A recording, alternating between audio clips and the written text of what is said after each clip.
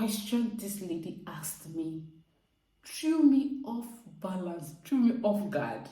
I never in like imagine that would be the first question that I would be asked. Like, it threw me off balance. She's like, we're sorry, we cannot take you. Sorry for your time, thank you, bye. My chest, like, this interview did not last up to 1 minute.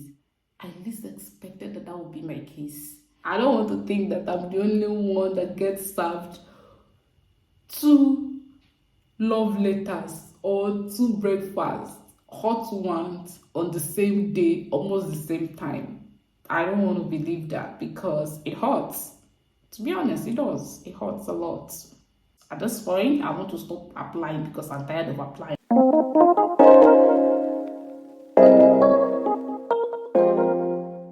Hey guys, welcome back to my channel.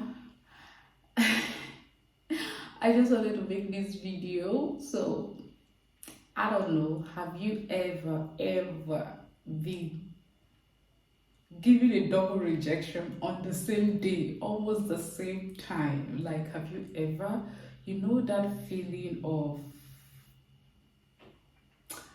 did the two of you just have to just give me this rejection, like serve me this breakfast all together? Like, that kind of feeling. So guys, you wouldn't believe, like, I've been speaking for 10 minutes and I'm just realizing that it wasn't recording. Oh my god, this is so annoying. Like, this is so annoying. I've been speaking for like 10 minutes. Let me try to get back myself and start from the beginning again. This is crazy. I hate this type of situations. So let me rewind, go back to what I was saying.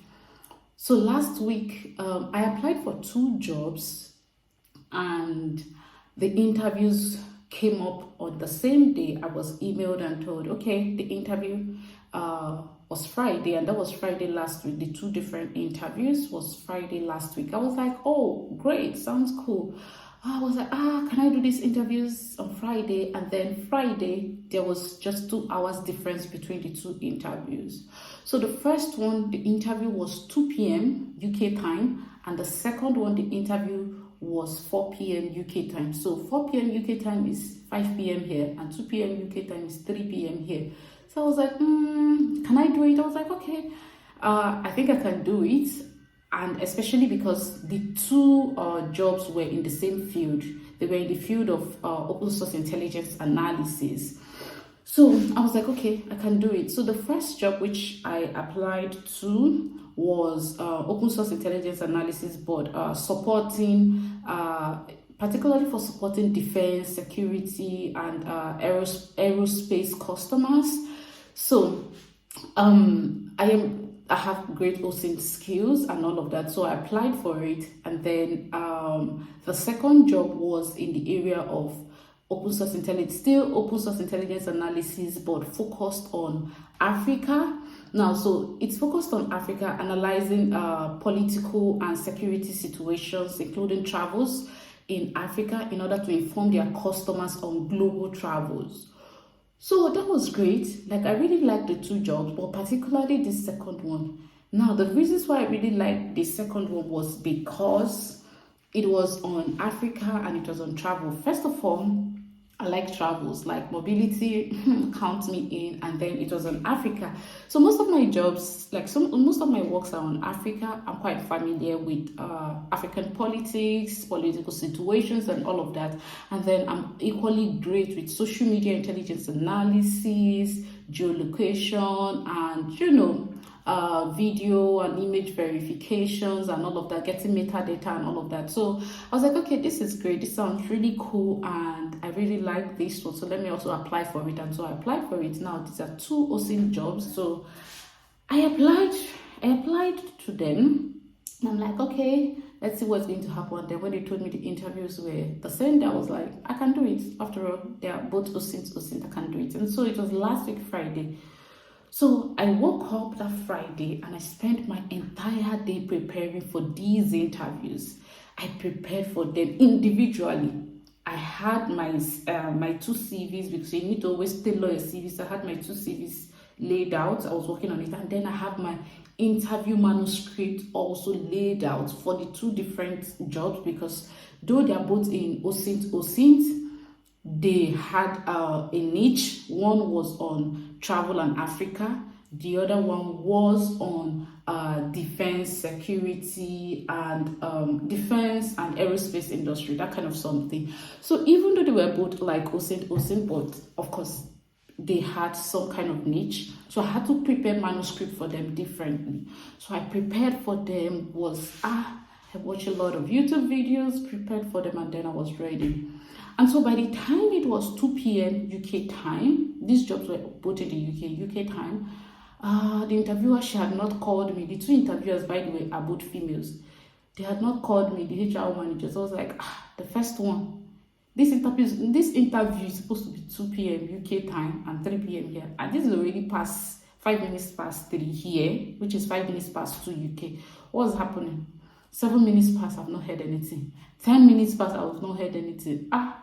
I just emailed her when it was almost 15 minutes past. I'm like, I would assume something came up, blah, blah, blah, blah. So just let me know any other time that would be convenient for you so that we can fix another interview. And I'm happy to hold that maybe next week or something like that. Immediately I sent that email, she called back. I was like, okay. So I saw the call and it was a UK number. I'm like, okay, this probably she's the one. So I quickly picked the call. I was like, hi. She said, hi, Jennifer, apologies. I was in another interview, so it took my time, yada, yada, yada, and all of that. I was like, okay, no wala. She is me that is looking for a job. I cannot complain. No wala. Okay. She was okay. Can we get to the interview? I was like, okay, sure. Why not? She's like, okay, no problem. And the first question this lady asked me threw me off balance, threw me off guard.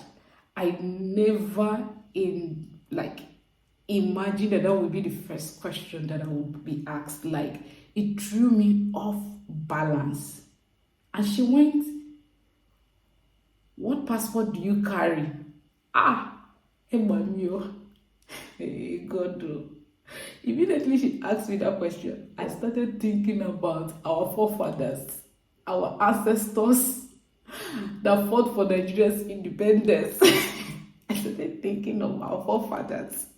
Immediately she asked me, what passport do you carry? Like, it threw me off guard. Like, that was the least question I expected to be asked. Especially as the first one. Like, I never expected I would be asked that kind of question. I expected that maybe towards the end, I would be asked, your visa status, what is it? But what passport do you carry? I was like, okay, this one. So anyways, it's not like I wasted time answering it. So immediately she asked me, like, it hit me, bam. In that split seconds, I thought about Nigeria. I thought about everything I could think of that is happening in Nigeria and that is happening in the world. Like, I thought about everything. I thought about passports. I thought about Boko Haram. I thought about everything, including Biafra, which is my thesis, part of my thesis topic. Like, I thought of it. I thought of every single thing in that split second. And it's not like I wasted time answering it, and I just replied, I carry a Nigerian passport. And she's like, okay, so what is your visa status? I was like, yeah, I'm obviously I'm a student. So I didn't say I'm obviously like a student. So I just told her that I'm a student graduating by so time and all of that. And she's like, we're sorry, we cannot take you. We want somebody that will start now and work full time. We cannot take you. Sorry for your time. Thank you. Bye. My chest, like my chest pained me immediately that thing happened. My chest pained me. I was like, what is this? Like, my chest was aching me immediately. Like, this interview did not last up to 1 minute. It did not last up to 1 minute. My chest was aching me. like this interview did not last up to 1 minute. It just ended with, what is your visa status? I'm a student. With my current visa status, I'm supposed to, 20 hours work and all of that. And she's like, thank you, we don't want you. The thing paying me, shao. He paying me. He paying me like this, He paying me. My heart ached me. Like somebody just served breakfast. Like, oh, my heart ached me like this, because I least expected that my interview would last, in fact, 30 seconds. That interview lasted 30 seconds. I least expected that would be my case. Anyway, but that was how that one lasted, and it destabilized me. I'm like, how am I supposed to go back to this second interview? And in my head, I'm like, well, they served me breakfast for the first one. They served me love later. Why do I need to prepare for the second one? What is it that is convincing me that the second one will be better? Like, what is it actually that is convincing me? And to understand, I'm like, I'm not preparing again. Let's just go like that to it. Let's just go. Anything that happens, let it happen. What is it? So with all those anger, for like 1 hour, and there's just 2 hours difference between the two interviews. For like 1 hour, I was just thinking about the first one. Anyways, I brushed it off, and then got a hold of myself and prepared, went back to go through everything I had for the second interview. And then the second interview came, and I got a call immediately, and it was all sweet and nice, and the second interviewer, to which was a lady, she was really excited about me. I don't know if it is how they are always excited about other candidates. I don't know, but that first one was excited about me. So anyways, but this one was really excited about me. She was really excited. She saw my works, and she's like, oh, this is really interesting, yada yada yada, it should be really great. And then she also asked me about my she also looked at my OSINT skills, and she's like, this is great, this fits perfectly, this is what we want, and blah blah blah blah, and all of that. And so we were really discussing, and so she asked me, she now asked me, okay, what is your visa status? I saw that you're graduating by September. I said yes. So she now said, what are the conditions of your visa? I said, my visa allows me to work 20 hours. So by the way, this time we have already finished with all those discussions, all those things. So this is the final stages. And I told her that my visa allows me to work, at least for now, during term time, maximum of 20 hours per week, so that, give me time to concentrate on my studies, yada, yada, yada. But, during holidays, I can work over that, and blah, blah, blah, blah. She said, when exactly are you open for a full-time job? And I said, she now said, okay, why is my this thing written? Before that, she now said, I said that I'm finishing school by September. Why is that so? Because, schools close by that kind for summer and all of that. So I told her that I needed to write a Czech state exam by September, which is obviously not in the UK, blah, blah, blah, and all of that. So I needed to write that exam, and that exam validates that I am done with everything, and that is by September. So she's like, okay, and I told her that, but by August I should be doing my defense for my studies for my thesis, and that would mean that I'm done with everything in the UK by August. So I am open to start up a full-time job sometime September and all of that. But for now, I can work with them part-time within the 20 hours per week. I can work with them for that one within the 20 hours per week, and I'm happy to resume full-time by that September and all of that. And she's like, to be honest, she enjoyed everything, but the opportunity she can afford me is just part-time until the end of June, and by September to start off full-time. That is what she can offer me at this point in time. That she likes what my CV looks like and all of that, and I seem, like a really interesting person. So that is the opportunity she can give me for now. And I'm like, that is too close, because before then, by that time, I haven't concluded with my what is it called, with my thesis defense, and I would appreciate if she could give me that time. So she's like, end of June, that is the most she can give, and then starting off full time by July. So I was going back and forth, and I wasn't really, given that my thesis defense is by August, and in the UK they let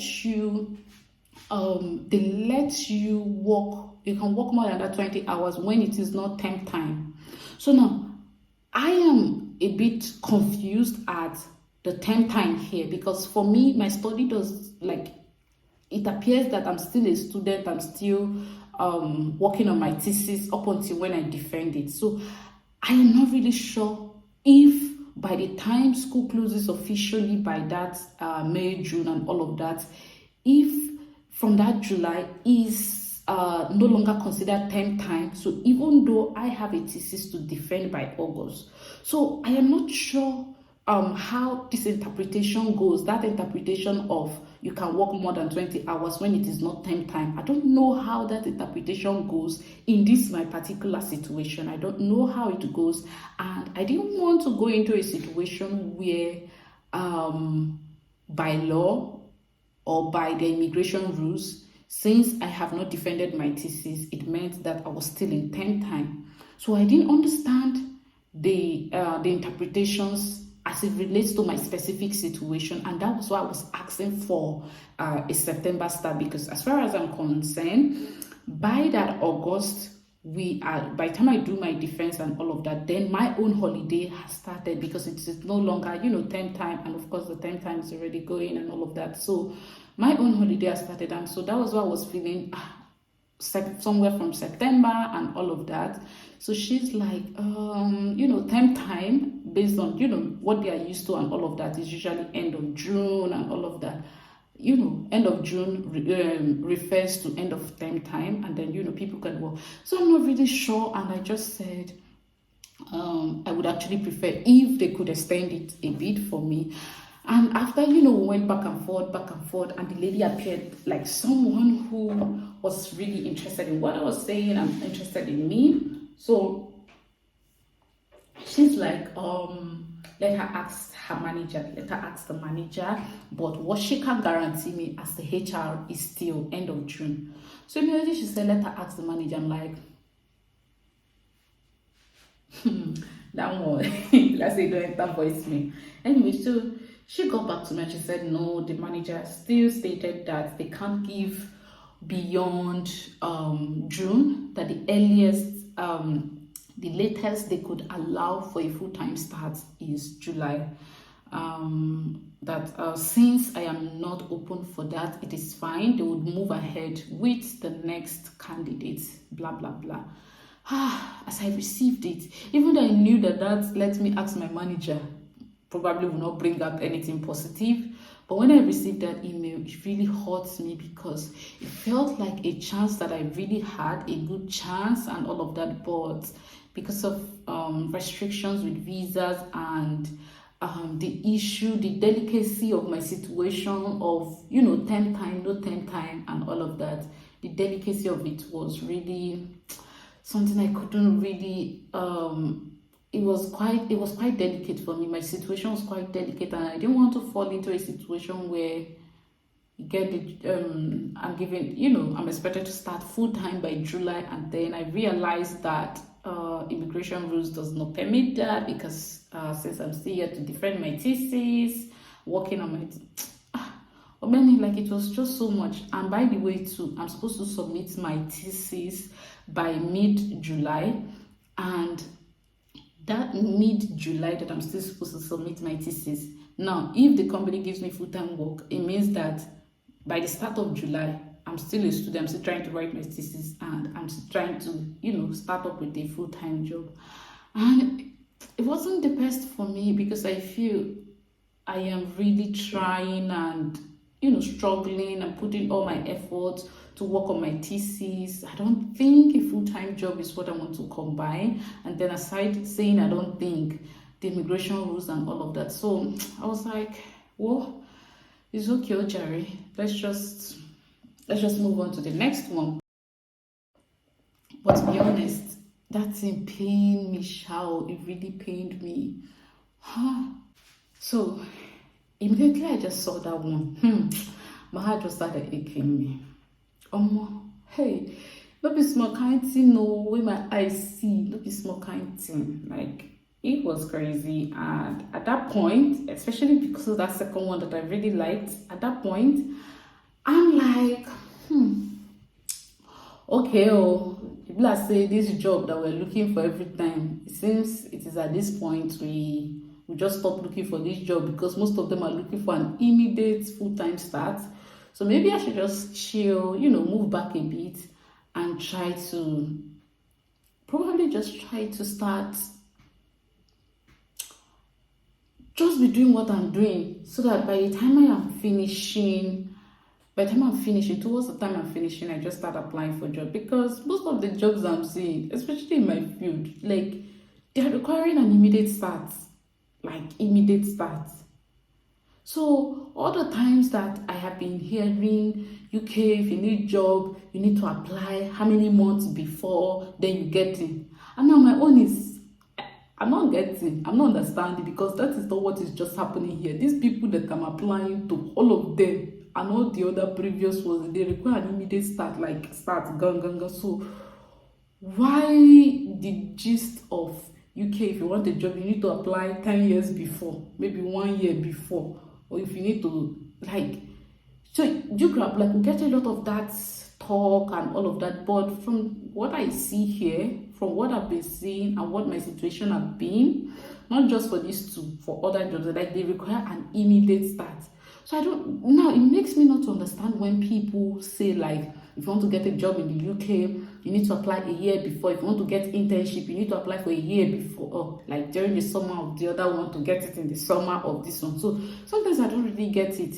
Do you grab? They used to, like, people say it just like how you apply for scholarship. So you apply for scholarship towards the end of a year to start the next year. That is not really like being by situation and all of that. So I don't really relate. Now I'm wondering, is it just for those in the tech industry? Like maybe if you want to get into a job, you apply months before and yada yada yada, because that has not really been the case for me. So just let me know if you're in the UK and you're working already, and if that is your case, just let me know and let me just let's just discuss in the comment section. What is the situation like for you? Because at this point I want to stop applying because I'm tired of applying. I want to stop applying and just focus on my thesis. I just finished it first. So that's just been it though for me. What do you guys think? And yeah, what is the situation? And even though you're not in the UK, how's the situation like for you applying for a job, trying to get a job before graduation or after graduation? Has it been funny? Has it been interesting? Have they been serving you breakfast and love letters left, right, and center?